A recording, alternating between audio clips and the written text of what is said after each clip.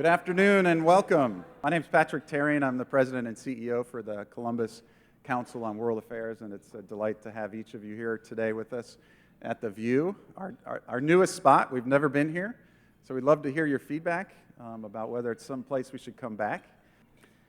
But today we're here to talk about food, which is one of my favorite topics. Every day, my 12-year-old is here.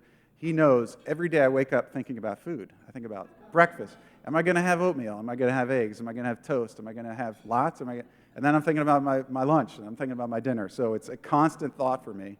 So that's why we're having today's important discussion now. Food is critical. Our last year we had the Food Summit, and we focused on the topic of how will we feed the world's 9 billion people that will be on this earth in 2050. Okay? Today's topic will take a different angle. We have two experts, both in industry, one who spent most of his career in industry, a scientist, and the other who spent most of her career in development work, both around food, both global, and both having really critical perspectives on the topic of global food trends in 2017 and beyond. There's many here in our community that focus on food, and those connections are important. We're glad to have Julie from the Ohio State University's Food Innovation Center as one of our promotional partners. Join me in thanking that center. Thanks, Julie. Yes. And today's lead sponsor is CBI Global. It's a small firm here with a big footprint around the world, providing many of the retail spots you know and grocery stores with spices, coffees, and other things from around the world. And here to introduce today's speakers is Steve Cray, who is a representative from CBI Global. He also serves as their CFO. Please join me in welcoming to the podium Steve Cray.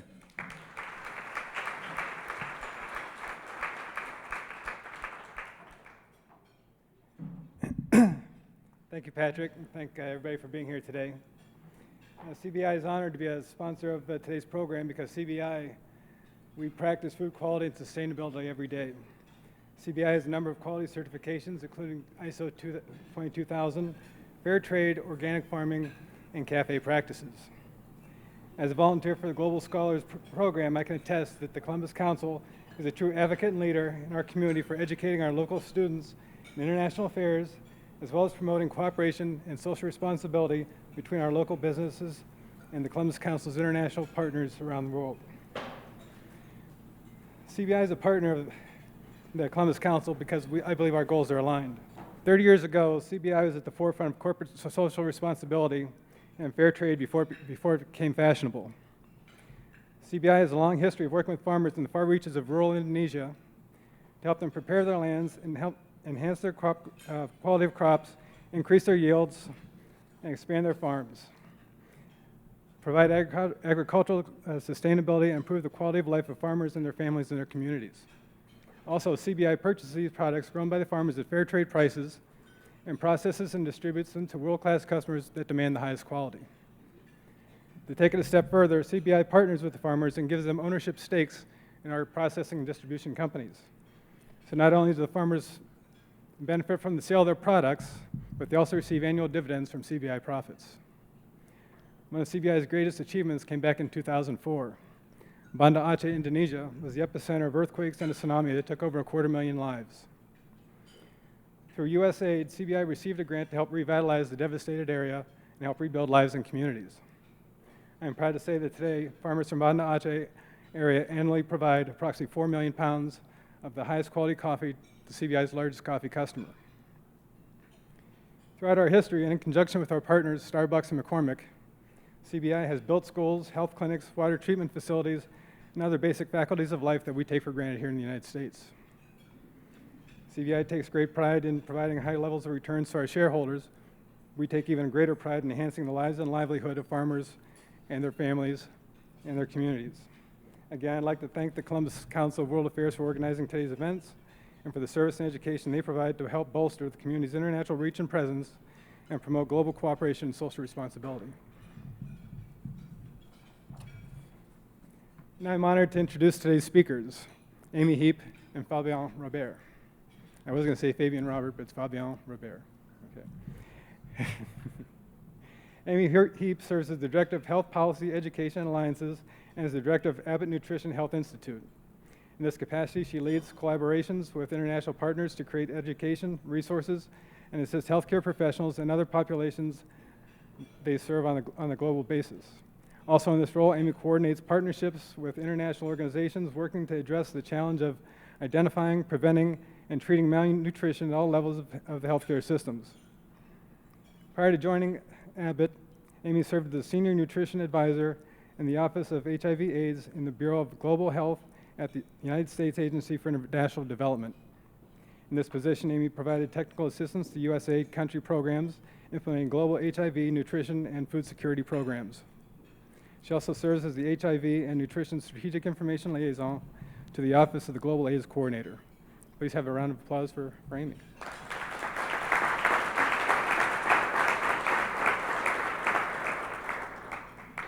Fabien Robert holds the role of Nestle's Quality Assurance Center Director in Dublin, Ohio, where he manages a $40 million annual income food testing laboratory with 250 employees. He's worked for Nestle for 17 years and is dedicated to the enhancement of the quality of life and contributing to a healthier and sustainable future. His past positions with Nestle include the Analytical Service Manager and Food Safety Platform Leader, Project Manager for Nestle Nutrition Operation Department, and Project Manager for the Regulatory and Scientific Affairs Department. Fabien is a graduate of the University of Claude Bernard Léon in France, where he earned, amongst other degrees, a PhD in organic chemistry. Following his university completion in France, Fabien earned postdoctorate degrees in bioorganic chemistry and organometallic chemistry from the University of Geneva in Switzerland. Please, a round of applause for Fabien.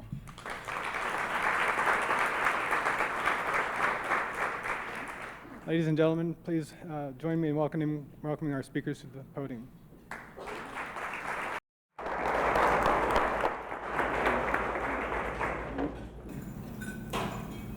All right. Mic check. Does everything work on there?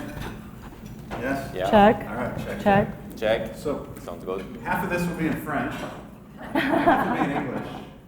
To help Fabien, be more comfortable, but I'm joking. He's a fantastic English speaker. What other languages?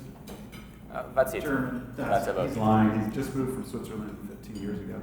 So Fabien and Amy, I just wanted to open up today's conversation, giving people some context of you. Where are you in your evolution around understanding food trends? Maybe a little bit about your company, a little bit about your background, and you're going to have to do it in 2 to 4 minutes. Starting. Is there a red light? Let's see here.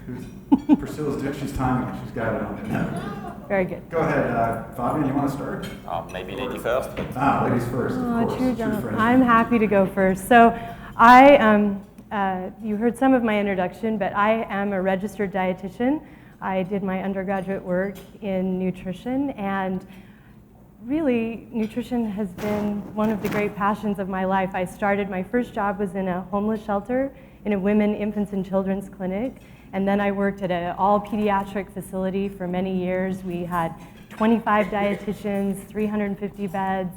I moved from there and did graduate work in Washington, D.C., and then started my work with the U.S. Agency for International Development, which took me all over the globe working on nutrition and HIV issues. And I was actually on assignment in Tanzania when I started my conversations with Abbott Nutrition, and I'm just absolutely thrilled to be here.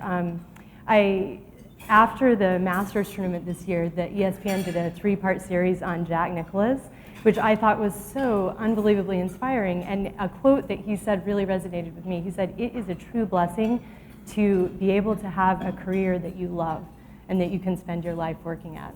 And that's how I feel. Do you want to? Great. Yeah. Fabien, why don't you go ahead and give a little bit of perspective on your background? Yeah, thank you very much, Steve, for the introductions. I think you summarized what I did in the past. So 9 years in R&D for Nestle, then different positions at the corporate headquarters in regulatory, quality and operations, and within these years I spent 3 years traveling the world for working on agricultural practices and improving the food safety of the raw materials that we do purchase. It was absolutely amazing and insightful in learning all these cultures. And recently appointed here in Columbus, where I'm responsible of a laboratory that we do have in Dublin, where we do the analytical testing. So it's a science for supporting food safety and quality for the food that we do deliver. Now a little bit of about Nestlé. It's interesting maybe for you to know a little bit more what Nestlé does. Usually Nestlé for you means chocolate, I guess, right? But it goes far beyond, and not many American citizens are aware that we have the most diversified brand and product portfolio in the food and beverage industry. And 97% of the American homes have a Nestlé product. And I can bet that most of you have in your pantry, in your freezer, for feeding your pets, that you have a Nestlé product. So it goes from coffee, chocolate, water, pet food, food products such as Touffer or Lean Cuisine. So it's a very broad and large portfolio, because food is about diversification, and we have to diversify if we want to be with food. So let me just get this straight. So you can gorge on chocolate and then eat Lean Cuisine after to make up for it and still be within the Nestlé product line? Absolutely, thank you. And just to conclude, I think Nestlé, started 150 years ago with Henri Nestlé, who was a German pharmacist, and he did this infant cereal powder for saving the life of a baby at that time. And I think this is what triggers our passions and motivations for innovation based on science to enhance, at the end of the day, the quality of life of all of us. And I think this passion and motivation, if I link that with what I do every day, we do science in the lab. What for? For ensuring that quality and safety of our products are just fit for purpose. I just want to say one thing about Abbott Nutrition that people may not know. So Abbott Nutrition has been producing therapeutic products for over 100 years. And while Abbott, it started with Dr. Ross here in Columbus, Ohio in 1903. And even though Abbott was purchased, even though Ross was purchased by Abbott in the 1960s, and Abbott is headquartered in Chicago, the epicenter of the work that Abbott has done with nutrition has remained here in Columbus, Ohio, that entire time. And so while we are doing business throughout the entire globe, these products that we make, the research and development, the innovation, that is actually based here. And I think one of the most delightful things about coming to this company is how proud they are of their heritage here in Columbus and the interaction. When I arrived last year, they were just getting ready for Pelotonia. And that is a really big part of their identity. And it's been fun to see the company be part of that community and to be part of it myself. By the way, these are two new transplants to Columbus, so both in basically less than a year, and two of our biggest cheerleaders. So know that. They think it's great here. Even when we talked about food, the Frenchman here was quite delighted about it. Absolutely. So let's get into some of the topics, and I think maybe Amy, we start with you and your work in development over 15 years. Are there any trends or things you're seeing in the food industry, the nutrition industry, or not industry, I'm sorry, trends in food and nutrition globally as it relates to development? Yeah, I think Fabian and I have had a couple of chances to talk about this morning and other times, but one of the things I think that we're seeing that's very interesting, and this definitely comes from my global perspective, is so in the past, we generally saw countries that had problems with either undernutrition or overnutrition. They generally fell into one category or the other. And it's very interesting that as we see countries emerge from lower to middle income and from middle to upper income, what we are seeing is that these are colliding in one country. And part of it has to do with the food that is available, and part of it has to do with the food that isn't available. As these countries make these economic transitions, not all parts of the population are accessing those economic gains. And some are accessing those economic gains, and some of the food trends and products that are being brought into this country and into that particular country. And this has tremendous impacts on a health system. If you consider a health system that is dealing both with the issues related to undernutrition and malnutrition, while simultaneously dealing with issues related to overweight and obesity, like diabetes and heart disease, things that we call non-communicable diseases, that is a lot of burden for a health system to bear, and it has very significant economic impacts. We know that when, both with undernutrition and overnutrition, there's a limit to the amount of time that you can spend in the workforce, and a limit to the amount that you contribute to the GDP. I read a statistic the other day that said that both undernutrition and overnutrition combined can have a 10% impact on the international GDP, and that is bigger than the 2008 to 2010 financial crisis. Like, can you give us examples of some countries that are dealing with this issue of both sides of the food issue, if you will? Sure. So again, this is where we see the transition from lower to middle income and middle to upper income. The United States doesn't necessarily fall, I mean, it does, if you diversify across the states, certainly it falls into that demographic, and that is one of the places that we have long seen. But I think Southern Africa, Kenya, South Africa, some places in Asia, Western Africa, Nigeria in some cases, where there are resources and economic wealth, and those countries are in large part becoming a bigger part of the international economy. Great, thank you. It reminds me, a few years ago at the global food program we did, we talked about obesity. It was a health program, actually, and the WHO representative said exactly this thing, and particularly that we are exporting obesity, and pointed strictly to soft drinks, high sugar drinks, and particularly in Mexico, where the obesity rate was growing like crazy. Another country where I think they have both ends of the spectrum. Before I ask Fabian a similar question, let me remind you, because I didn't do it yet, there's note cards on your table and pens. And the way we do Q&A here is by writing the question down and going like this. Just anytime, just do that, and someone will come around and bring the note cards up to me, and I'll moderate them into the discussion. So I wanted to remind you all that. If you're more technology oriented, you can tweet us your questions at hashtag AskCCWA, and those will come to me as well. So, Fabian, so from the food industry side of it, and as a scientist, what are some of the trends that you see in the food industry, in the food world? Well, I think it's a question that do not have only one answer.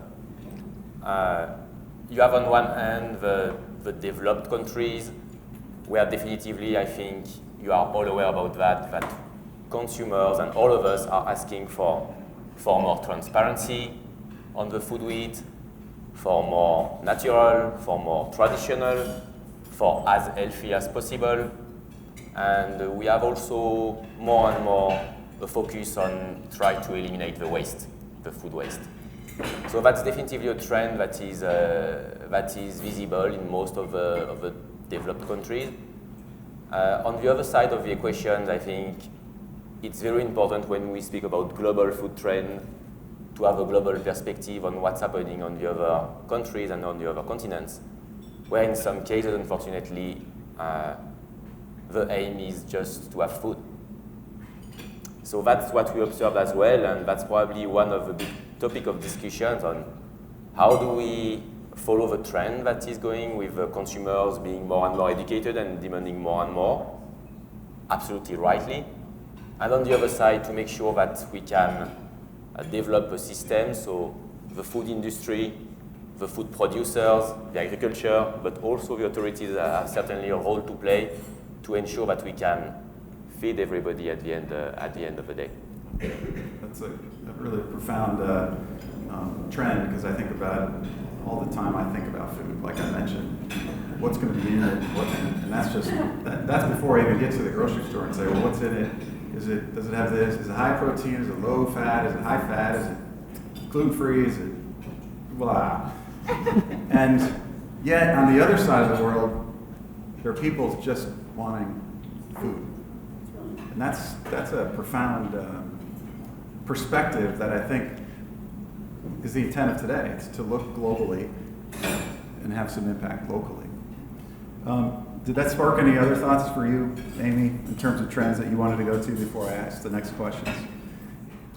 Well, I think maybe we're headed in the direction of food availability. Perfect. That's, Yes. yeah. I think what we see, I mean, if you look and I think it's kind of helpful to frame the debate to talk about, not necessarily the debate, but the discussion, what the definition of food security is, you know, and as we look in the United States or other places where we say, okay, the pieces that play into that is food available? If it is available, do people have access to it? If they have access to it, are they well enough to utilize it? And if they're well enough to utilize it, is that a stable condition? And Fabian brought that up. Is that something that's normal for you? Or on a daily basis, does that type of thing come or go? So one of the things I always think about is there enough, thinking about food availability, is there enough food produced to feed the world? Do either of you have an opinion or a fact about that? Currently, let's say currently, let's try to limit it. Yeah. What's your guess? Yes, there's enough. So why we have people starving?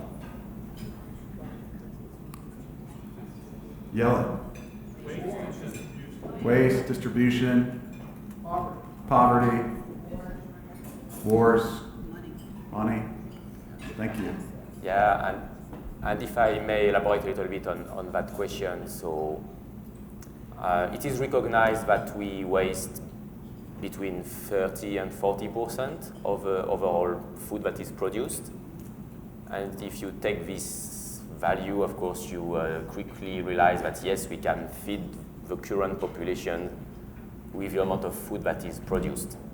And we have food waste all across the value chain. It starts from the waste at the farm level when we grow the crops. When the yields are not good, where the season is bad because the weather conditions are not good and that we have to throw away all the productions. Then it goes for the transport, the storage of these raw materials. Here again, bad storage conditions will lead to waste.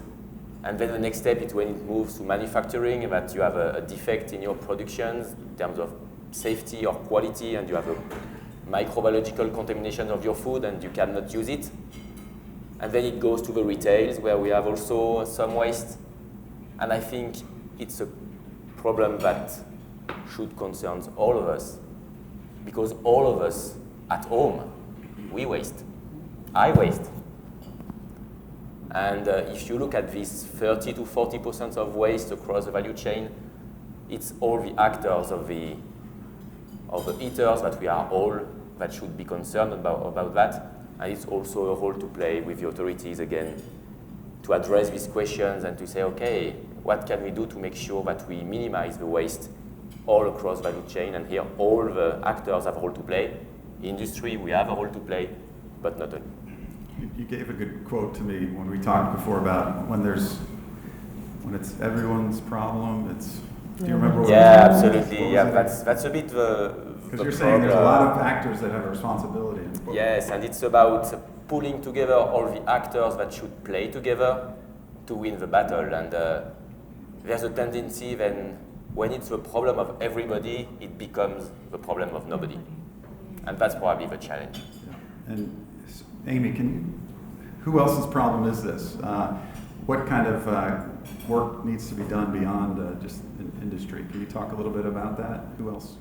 Sure. Well, I think Fabian put it very well, which is there are a whole bunch of actors, and deciding who is going to be responsible for what and how we can work together. One of the things that I think is the most interesting, so I was doing some research myself that I wouldn't normally have done preparing for this talk, and I realized that for the first time ever, EPA has a food waste goal for the United States. They have I think it's reduce food waste by 30% by 2030, and they have this very fascinating piece that talks about, okay, so what can different entities do? And they are talking about, and their schemata would apply to a company as well as to an individual. So if you start by planning, you could do that at an individual level or a country level. If you yourself can't use what you have, can you donate it?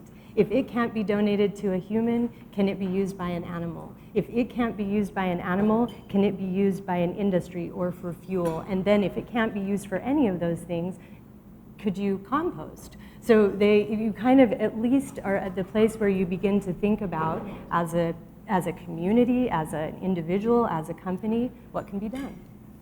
Is there any role for government? Well, EPA was the one that came out with I'm thinking around the world, like what's the role of, when you're trying to address an issue with so many components to it, feeding someone becomes a lot more challenging, I think, and so I'm just curious who needs to be involved in that process. Yeah. Well, one of the things that we see, so one of the places where this is not waste, this is the other side that Fabienne is talking about. So if you look in the Horn of Africa right now, that is a place where there's a constant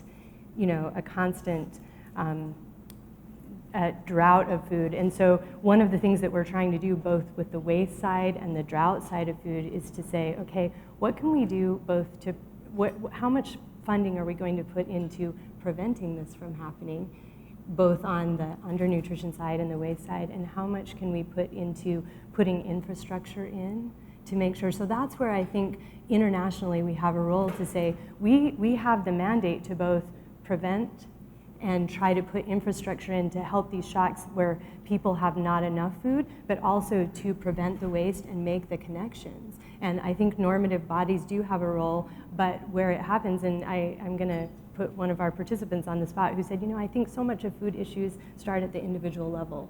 What the individual does, what the family does, what the community does. I think governments do have a role, but I think a lot of how things change very much happen at the grassroots level. Thank you. Fabienne, is it individual? How important are individuals in shaping your industry? The consumer, I'm thinking of. Well, I think Nestlé and very likely the same for Abbott. We are extremely consumer-centric companies.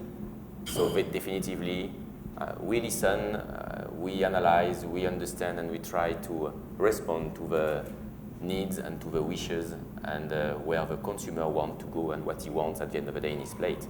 So obviously, we are extremely sensitive to this. So we have a role in this as consumers. Again, questions, I know they're coming. I've got one here that I wanted to ask. Thank you, Susie. This one says, what will be the source or sources of protein in coming decades as demand for higher protein diets increase? Do either of you have an opinion on or a thought on that? Fabienne? Yeah, so I'm sure that you all have something in mind. But before answering to that question, I think just to put in perspective, you know that in China, there is this trend that they consume more and more, or there is a demand for consuming more and more protein. More and more what? Proteins. Proteins? From animal origins. And if you just transpose the amount of protein that is eaten in West Europe or in the US, and you do these transpositions to the Chinese population, back to the first question we had, can we feed the world population? Then it becomes a bigger challenge, very likely. Let me get this straight. So if China eats the same level, same rate of protein that we currently do in the Western, in the US and Western Europe, if do they have that same level of protein consumption? It's going to be a huge challenge. It would be a challenge for producing, for definitively. producing, to meeting that. Okay. So back to the question, there are, I think, many research that are ongoing in that area for finding different source of protein, being more demanding in terms of water, in terms of energy, and definitively you can go to plant-based protein, and of course you all know that it's extremely trendy, that insects are known to be very rich in protein, and insects, yeah. Rich in protein. Very rich in protein, and from water consumption Not everyone knows that that was what was on the plate. and production. So this is definitively an opportunity. Here I speak more on not on Nestlé Bial, but on what we do see as a trend. And finally, if I may, the last again very personal feeling on that, from a pure nutritional point of view, do we need to have so much protein every day? That's the question. No? Do we need to have so much protein? At that point, I think There's it becomes also a nutritionist. production. Yeah, well, it becomes a production question. There are two very distinct sides to that story. It becomes a production question, which has its root in the environment, and it has its root in customer service, but it also has a root in health. So there is the question of can we, and there is the question of, you know, what is the best as far as health for the population. And those are parallel questions, but separate and distinct. Our ability to do things with food, you know, and our and considering the health issues related to that.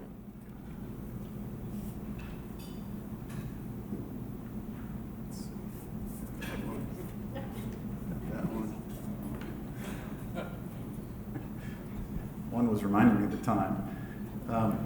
How do farming regulations and subsidies affect the end products available to consumers? And there's some related comment. Do consumer actions and trends affect these in return? And how does that relationship in the U.S. compare to other countries? So role of farming regulations and subsidies impact on the end products that we get. And our actions, how do those impact backwards? And then is this the same in the U.S. than it is in other countries? Takers? I will go outside the U.S. and then we'll maybe pull it back in. So yeah, so one of the things, and this may not be, the person who asked the question may not be going in this direction, but I think access to land and the ability to use land and the ability to produce food is a really big deal in maybe less so in the US, but more so in other parts of the world. And you have to consider, I think one of the really interesting pieces about this discussion is how it's all multi-sectoral. So the farming has a political aspect to it. In other parts of the world, it has a gender aspect to it. Can a woman own land? Can she produce on it? Does she have access to a market? And so from a very broad perspective, perhaps the person asking the question was talking about very specific farming regulations, but the ability to own land, the ability to use land, the ability to create food on that land and be able to access markets, those are really, really important things. And then I may add, so we also think sometimes there are exchanges between countries in farming surpluses. And we really have to consider, while the giving intent is so, you know, we think we have a surplus and we want to give, but we have to think about the repercussions of that. I'll give you a really great example, and I think I can use the country because it was written up in the New York Times, but the United States had a surplus of peanuts, which Haiti is a very close country, and they sent this surplus of peanuts to Haiti because they are a food insecure country. Well, one of the emerging economies in Haiti is peanut growth. And so when additional farming products arrive and they change the fair market price or the fair market value for a particular commodity, so it really, I guess the point of that is, yes, it does have an impact, and yes, it's extremely multi-sectoral, and the policies and the way that we go about that affect the health and the economies and the future of farming. That's fascinating. Fabian, did you want to add anything? Yeah, well, I think to add on Amy's point, it shows that the authorities and the regulators have an extremely critical role to play, because at each time that there is a new policy or new regulations, it has an impact on many different aspects of a business and on the food productions. I think what is important to see is that when we all know that in the US, it's true also in Europe, that farmers in some cases cannot survive with subsidies. The question is it the right model? Is it normal that farmers that are so important for all of us and that are doing such a fantastic work and job, why do they need to be subsidized by the authorities? Maybe it means that they are not paid at the value of their work. And I think that's a very important aspect that will have to be taken into account in the future, because the model of supporting the farmers, subsidies cannot be super long-term viable. It's not sustainable. It's not sustainable. Yeah, you told about the kind of the origin of the organic movement.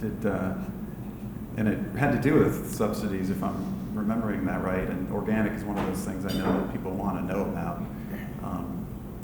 Absolutely, we can link it with this. So I think organic is regulation, so it's a regulations in Europe. I guess it's also a regulations in the US, if I'm not wrong. And in Europe, at least, how organic was born? First of all, a strong consumer demand. So a wish from all of us to move to organic food. And the second element, when the authorities decided to regulate on that, was to say, well, it's maybe a way to reduce the subsidies because it will be higher quality product that will be bought at a higher price and that will maybe pay the work of the farmers. So these were the two elements when the organic regulation has been established, and this is probably something that has been forgotten by many of the consumers along the way.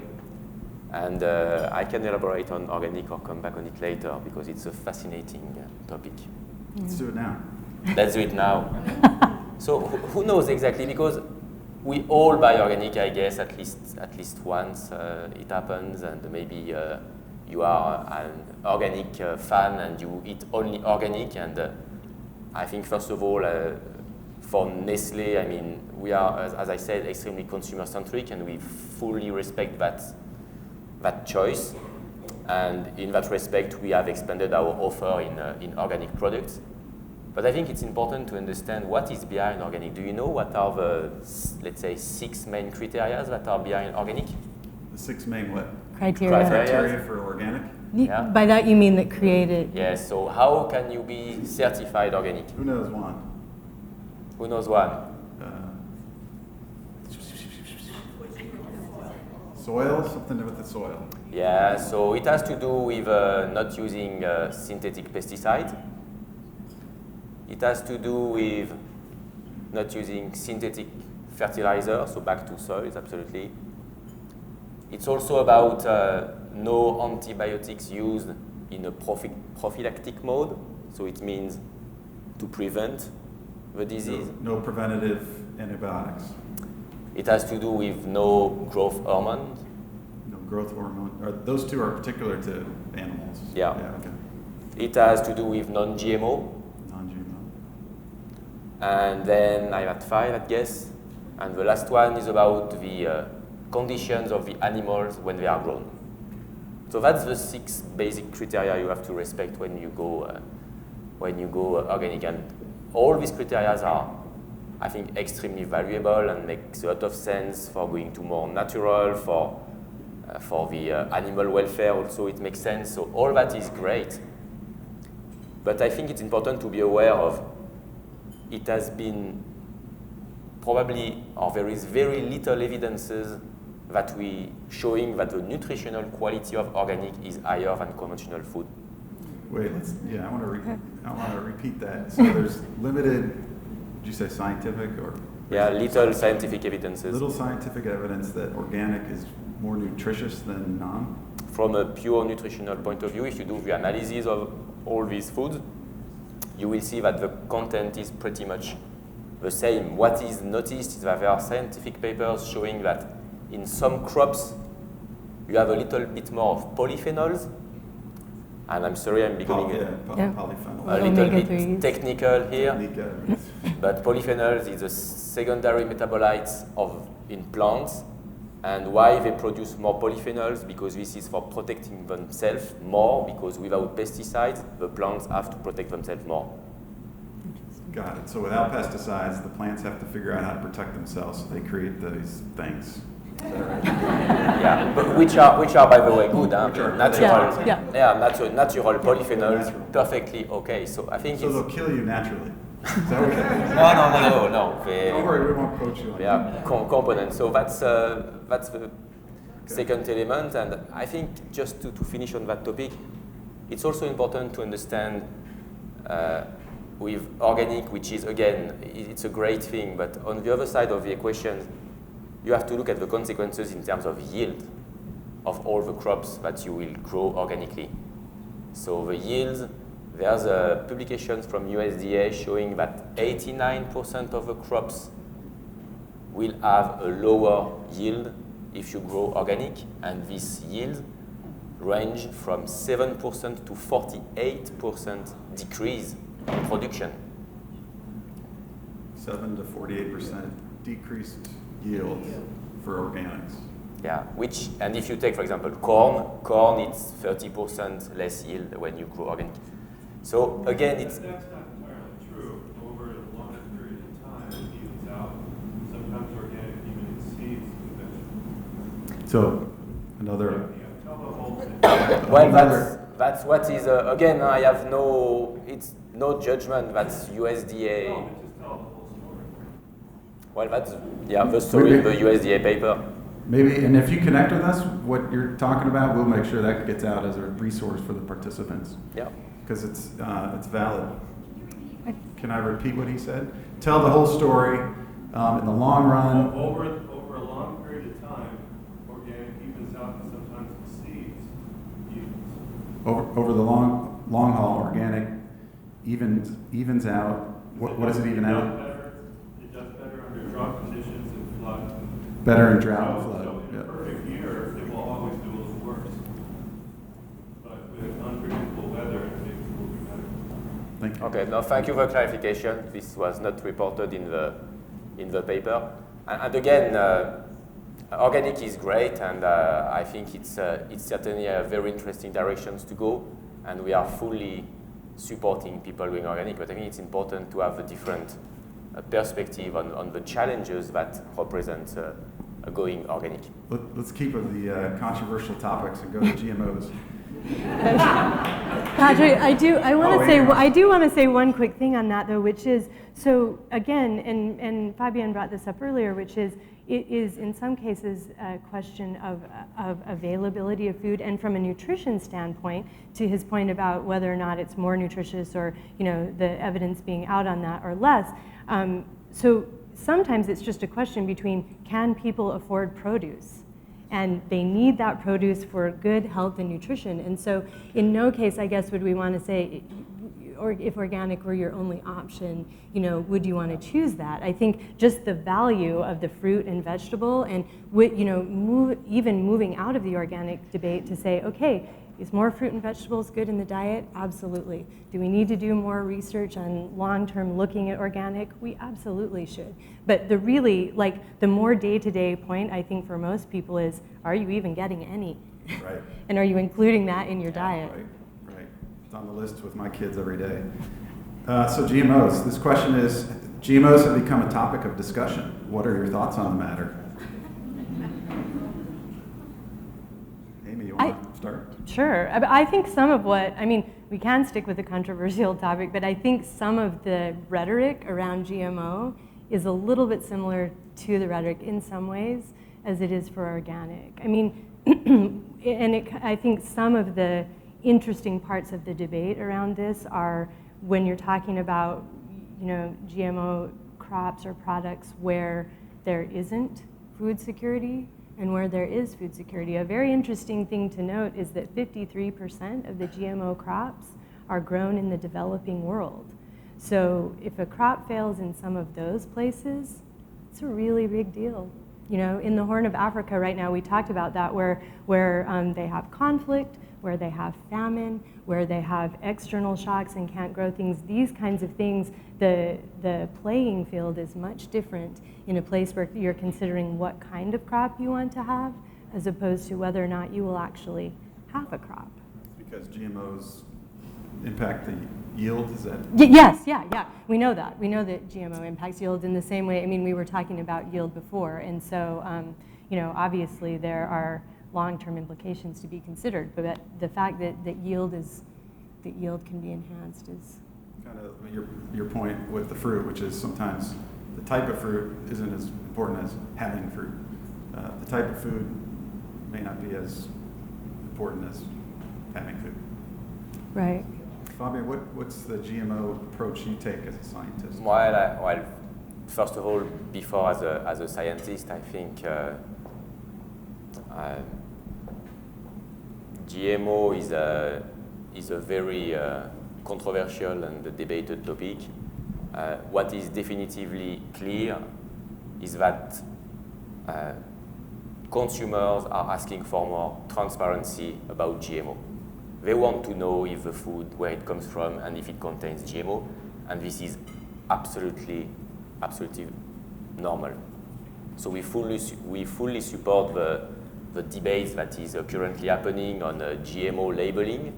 Definitively, it makes full sense to provide transparency on GMO. Now, scientifically speaking, there are many publications coming from WHO and other scientific organisms that have clearly established that GMO, from a safety point of view, there is no issues with that. Maybe there are some papers saying the opposite, maybe, but from what I have seen and read, it's not the case. So it's more a debate about consumer acceptance of GMO, more than a scientific question of is it safe or unsafe. But again, there is a lot of discussion around these topics, and every people has the right to have his own opinion on GMO. Great. We're going to enter the speed round. So the speed round in this show is, no, just kidding, but let's crank through these questions and limit your answers, if you would, to just brief responses so that we can address some of them. What do you think about country of origin labeling of foods? Fabian? Sorry, say it again. Country of origin. What do you think about the country of origin labeling on foods? Well, it goes a bit with what I said about GMO. I think if consumers want to know where it comes from, it's just a natural right, and I think it's a good thing to give this transparency. Okay. Do you have an opinion on that? Well, one of the things that I was just going to say is I'm for the consumer. I think it's absolutely wonderful that consumers are more interested in their food and where it comes from and where it was produced and is it produced ethically and all of those things. One of the things that we have to consider, I think, when we talk about the information that we give is that we give information that's useful and relevant. And country of origin probably is one of those. But to say, okay, what we really need people to understand. This is a fun panel. I appreciate the panels because, so here are the next ones. They're kind of related, so I'm just going to say them together and then if you'd answer. Is the effort to standardize expire dates and sell-by dates moving forward? How can it help reduce waste? Reduce waste. Then there's this next question is expiration date, sell-by date, use-by date. These statements used by industry are confusing to consumers and retailers. They're currently being defined by da-da-da-da-da. That's not a fast round question. Well, it isn't one. I didn't realize there was a back to this. Do you see current consumer food trends adversely impacting the safety of new foods? You can answer any part of all that. Fabian. I can take the last one. So the last one. So as you know, food safety is extremely important. I think it's 500,000 of people who die every year to a football illness. So 420,000 exactly, and 5,000 in the US only. So it's something that is extremely serious and that we should take very, very seriously. And now the trend, again, if you, I mean, quality control and food safety control remain today the vehicle to ensure that what you consume is safe. So we start. I'm glad you got here. the view too. I'm glad it wasn't That's just really me. rude. Yeah. Amy? Yeah, I was just going to say, I think some of the really innovative things that we see, for Fast Round, we cannot cover all the ways the industry is moving, but we're seeing some very innovative things about sell by date, you know, with some great companies that are making sure that that gets moved to a place where it can get used. And if you really want to have a fascinating afternoon on the internet, look at, you know, some of the great innovative things that are being done to make sure that that gets into the hands of people who can use it. I didn't see enjoy by date. Is that also? All right, next one. Any comment on Amazon's acquisition of Whole Foods and what impact it'll have? Go. None. No comment.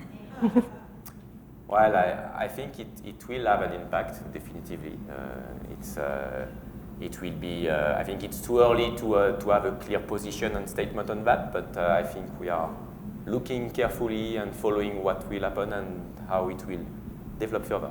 Sounds a lot like when we have political and ambassadors talk. It's too early. We'll see to what comment. happens. All right, here's two that come closer to home.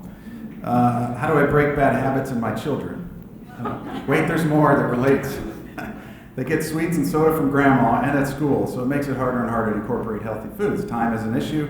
I need some tips. What's the best way to educate myself? Oh, this is a different one. On FDA trends and changes.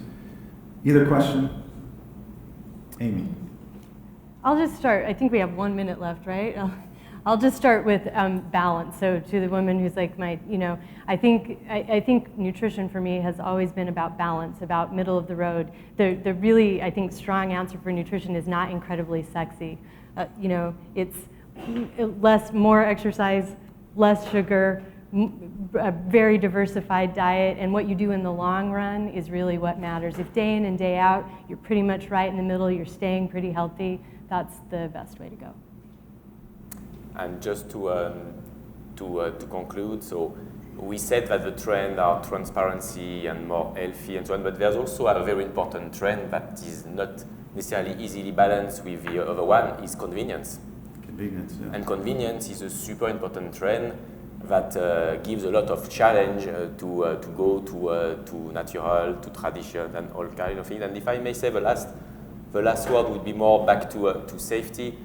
I think about the foodborne illness, all of us, one very important message at home: go back to basics in your practices. So select your recipe, source your raw materials, serve at the right temperature, sanitize your hands, your equipment, and your environment.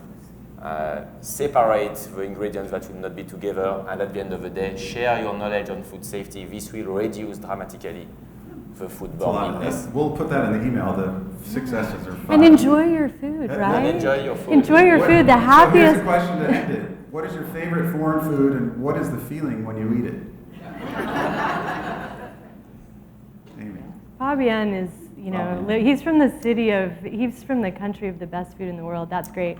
One, I think that I love that is probably less common, to have Ethiopian food in Ethiopia is just a really amazing experience. And what it feels like eating it is that you've like walked into somebody's amazing spice cupboard. It's fantastic. I love it.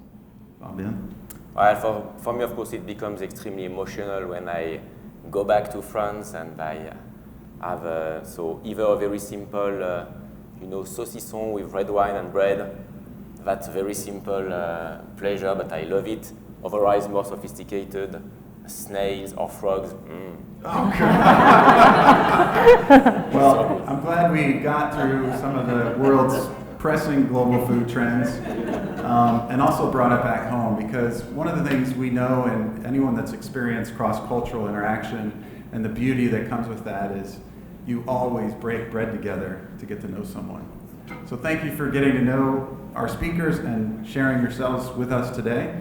Hope to see you on August 22nd. We are adjourned.